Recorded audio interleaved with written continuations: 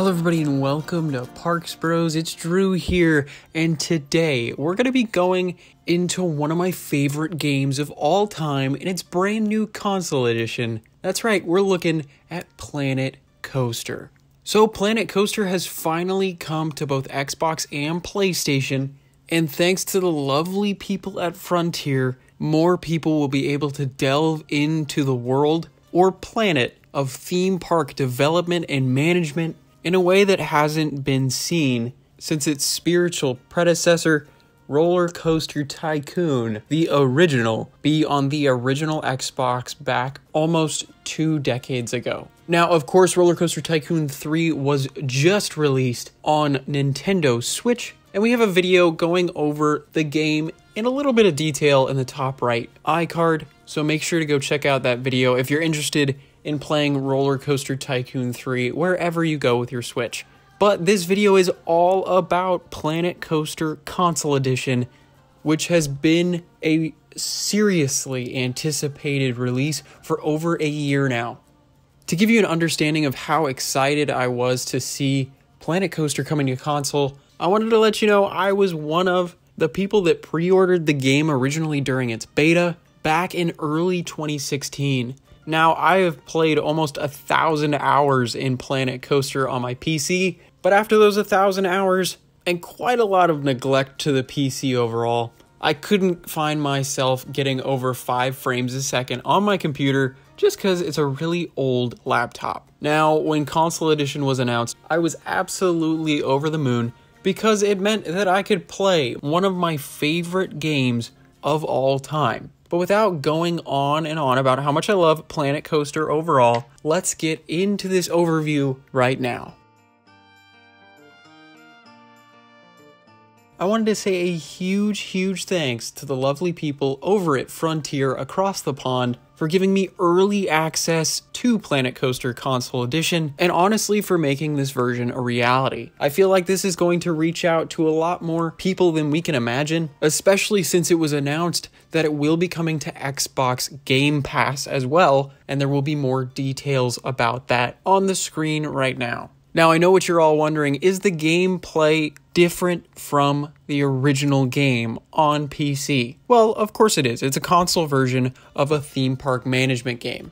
Now, my first theme park game was the original Roller Coaster Tycoon on Xbox. I can tell you that game was definitely different in controls and some of the main interfaces, but the style and gameplay was still purely Roller Coaster Tycoon. Now, the same goes for Roller Coaster Tycoon 3, which just recently released, and I can definitely say that Planet Coaster on console is exactly the same. But I will say it does stray quite a bit more than the other console theme park management games I've brought up, because believe it or not, it has actually added in a brand new tutorial, which if you've played Planet Zoo's tutorial, you know exactly how this brand new tutorial works, with multiple characters leading you through an almost hour-long demonstration of what you can do in the game. Now, also another major feature that has been changed a little bit is the community workshop, but we will get into that a little later. Let's go straight into gameplay. Now, the first thing I noticed is the fact that you will be using the D-pad, at least on an Xbox controller, and I'm sure the same goes for PlayStation, but you will be using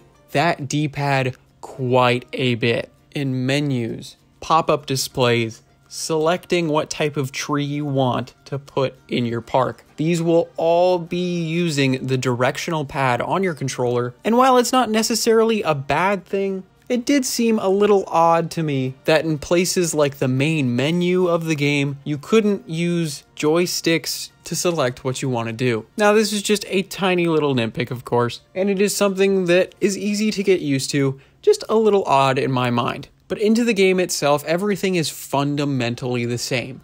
Build amazing coasters, shops, and other rides to the best of your ability, or take from a list of already made blueprints. And if you're wondering if you can go as in-depth on Console Edition in scenery pieces or in smoothing your coasters with a 4-meter method, you can totally do that. But due to some of the controls, and of course not having a mouse at your disposal, placing down hundreds of scenery pieces will take a little longer. But I digress, it's totally doable. You can rotate every piece, bring it up and down, and of course place it in any way you want. Now the coaster building is almost exactly the same as it is in the game on PC, and you can do quite a lot with it. I've made some launch coasters, a hyper coaster, and even a coaster with a vertical lift hill and beyond vertical drop within about an hour. Were they perfectly smooth or the best rides ever? No, of course not. But I will totally say that this game is so much fun. Just to toy around with all of the scenery and coasters and of course King Coaster all over again. Now I figured it was time to bring up some concerns that I've been hearing all around the internet, and let's bring up the first one, the pathing system. If you're wondering if pathing has changed, well, sorry, it hasn't. Now I personally never found the pathing system to be unbearable or anything like that, but I was never doing anything too crazy with it. I was usually sticking to pretty simplistic routes and not changing height too frequently. Now, if you want to do more complicated things, like I've seen plenty of times from some of my favorite creators on YouTube, the paths will give you a little bit of trouble. But I will say, with the Xbox controller, it seemed a little easier to be more precise on exactly where I was placing my pathways. Now let's move on to another heavily talked about topic, especially as of late, and that is, of course, the Oswald Eugene counter, which is an in-game meter to let you know when your console will be getting to dangerous levels of use within the game that may cause frame drops, your console overheating, or of course your game freezing. Now, I wanted to test this out to its max, so I opened up a park that I had been in and placed many of what I see as the most labor-intensive coaster for computers to handle, and that, of course, is Steel Vengeance. Now, why do I think this? Well, it's a 200-foot tall coaster with wooden supports. Now, of course, wooden supports are just way more polygons that need to be rendered, but using this system, I got down 6 Steel Vengeances before hitting around the 90% mark on the meter. Now, for a player who is expecting to go really in depth with their parks and fill it with hundreds of thousands of pieces, I can understand them being a little saddened by the fact that consoles really won't be able to support that very well. But of course, the Oswald Eugene counter is really in the game just to make sure nothing goes haywire and you don't lose your precious parks. Now, I know a lot of people are going to be looking down on that, but I think it really just shows that consoles, while great and very powerful, sometimes can't bring the punch and power that some PCs can. And heck, if you've seen some of the best creators on this game on PC, you know that even their ridiculously amazing computers can really struggle with Planet Coaster once it gets up to a high enough piece count. But after going over the counter itself, I think it's safe to say that sure, you might not be able to build your super mega park, but you can still bring the heat of some amazing creations that I can't wait to see. Now, speaking of amazing custom creations, this is where another huge difference lies within this game, and that is the use of the Frontier Workshop. That's right, they're not using the Steam Workshop anymore. Like on the original game, they're using the Frontier Workshop to act as the same type of place for the community to share their amazing creations. Now, sadly, there will be no cross-platform sharing on the Frontier Workshop, but at least you can share your amazing creations from Xbox to Xbox or PlayStation to PlayStation.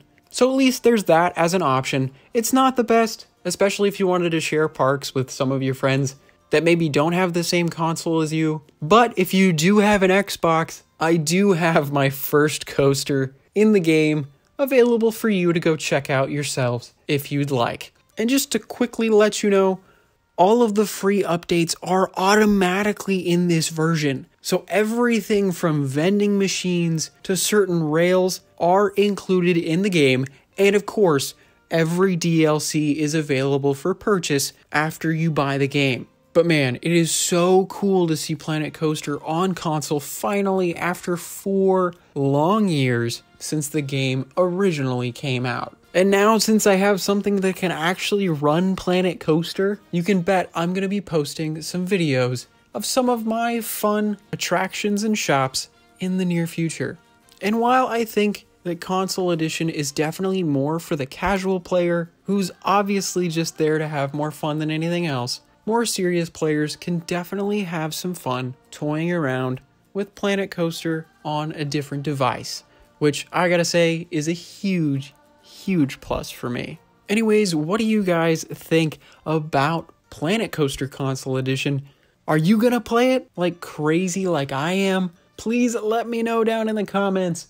And maybe we can figure out some type of Parks Bros. Point 2.0 where my computer doesn't catch on fire the moment I load up the game. But please let me know if that's something you'd be interested in, especially all you Xbox players. And before I go, I wanted to say thank you so much for watching. And of course, a huge thank you to the amazing people at Frontier. And make sure to subscribe if you haven't, because we're going to have more Planet Coaster in the future.